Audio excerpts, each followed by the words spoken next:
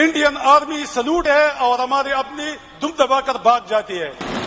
जनाब स्पीकर साहब, जब बंदूक का मुकाबला बंदूक से होता है तो फिर बंगाल में 90,000 फौजियों की पतलूनी उतर जाती है।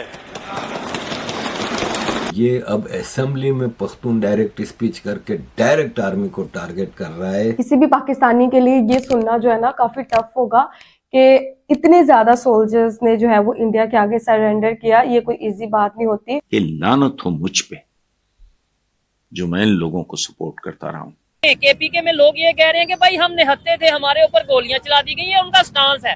यानी अगर ये जुल्म हुआ है तो आपको नहीं लगता गलत हुआ है? वो तो कह रहे हैं कि भाई बंदूक का मुकाबला जब बंदूक से होता है तब 90,000 फौजियों की पतलूनें उतर जाती हैं। वो पता मतलब जाहिर बात है, ये असेंबली में खड़े होकर केपीके असेंबली में खड़े होकर उन्होंने ये स्टेटमेंट दी है। अब पख्तून कौमी जरगा ने अनाउंस किया है कि पख्तूनों की जो मौत हुई है डी चौक इस्लामाबाद में, उसका बदला लिया जाएगा। क्योंकि हमारे यहाँ मुल्क में एस्टेब्लिशमेंट का किरदार ही ऐसा है कि वो बंदे का गला दबा के रखते हैं।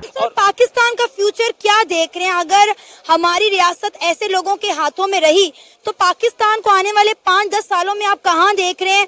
हम यहाँ पर बातें करते हैं इंडिया की कि इंडिया चांद पहुँच गया और हमारे बच्चे यहाँ खुले गटरों में गिर गिर के मर रहे हैं।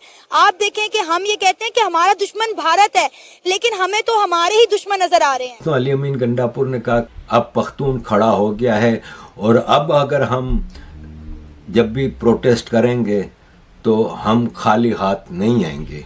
तुम्हारी बंदूक के सामने हम बंदूक लेके आएंगे और तुम्हारा मुकाबला करेंगे। इंडियन आर्मी सलूट है और हमारी अपनी दुम दबाकर भाग जाती है। जनाब स्पीकर साहब, जब बंदूक का मुकाबला बंदूक से होता है तो फिर लाशी गद्दों पे आती है।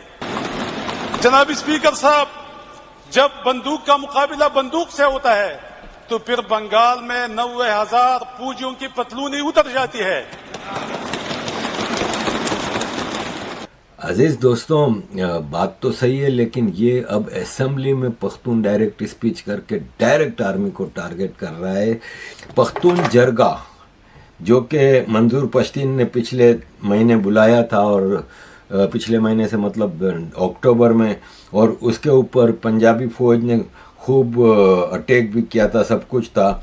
अब पख्तून कौमी जरगा ने अनाउंस किया है कि पख्तूनों की जो मौत हुई है डी चौक इस्लामाबाद में, जो पंजाबी पुलिस ने इनको मारा था, उसका बदला लिया जाएगा।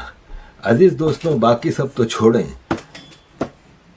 केपी के चीफ मिनिस्टर अली अमीन गंडापुर ने असेंबली में जाके केपी की जो तकरीर की है, ये भी पाकिस्तान की बुनियादों को हिलाने के बराबर है। पाकिस्तान की फाउंडेशन हिल जाएंगी अगर पख्तून ने हथियार उठा के पंजाबी आर्मी के सामने खड़े हो गए। केपीके में लोग ये कह रहे हैं कि भाई हम निहत्ते थे, हमारे ऊपर गोलियां चला दी गई है, उनका स्टांस है।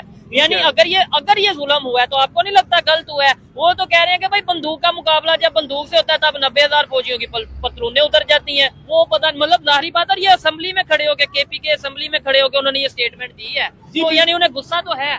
देखो जी, बात सुनो, मैं तो अखलाकियात की सबसे पहले बात करूं। ठीक है, लेकिन जो जुल्म हो रहा है वो अखलाकियात से क्या आपको लगता है? देखो मेरी बात सुनो, जुल्म तो फिर जुल्म है ना। ठीक है, वो कब तक हो सकता है? अच्छा, अगर किसी ने किसी भी नाते पर ये जुल्म किया वो गलत किया, किसने भी किया। ठीक है, सब जानते किसने किया होगा। हाँ बिल्कुल ऐसे ही है, जो किया वो गलत किया। अजीज दोस्तों, अली अमीन गंडापुर ने कहा कि मुझे खबरें मिल रही हैं कि केपी में गवर्नर राज लगाया जाएगा।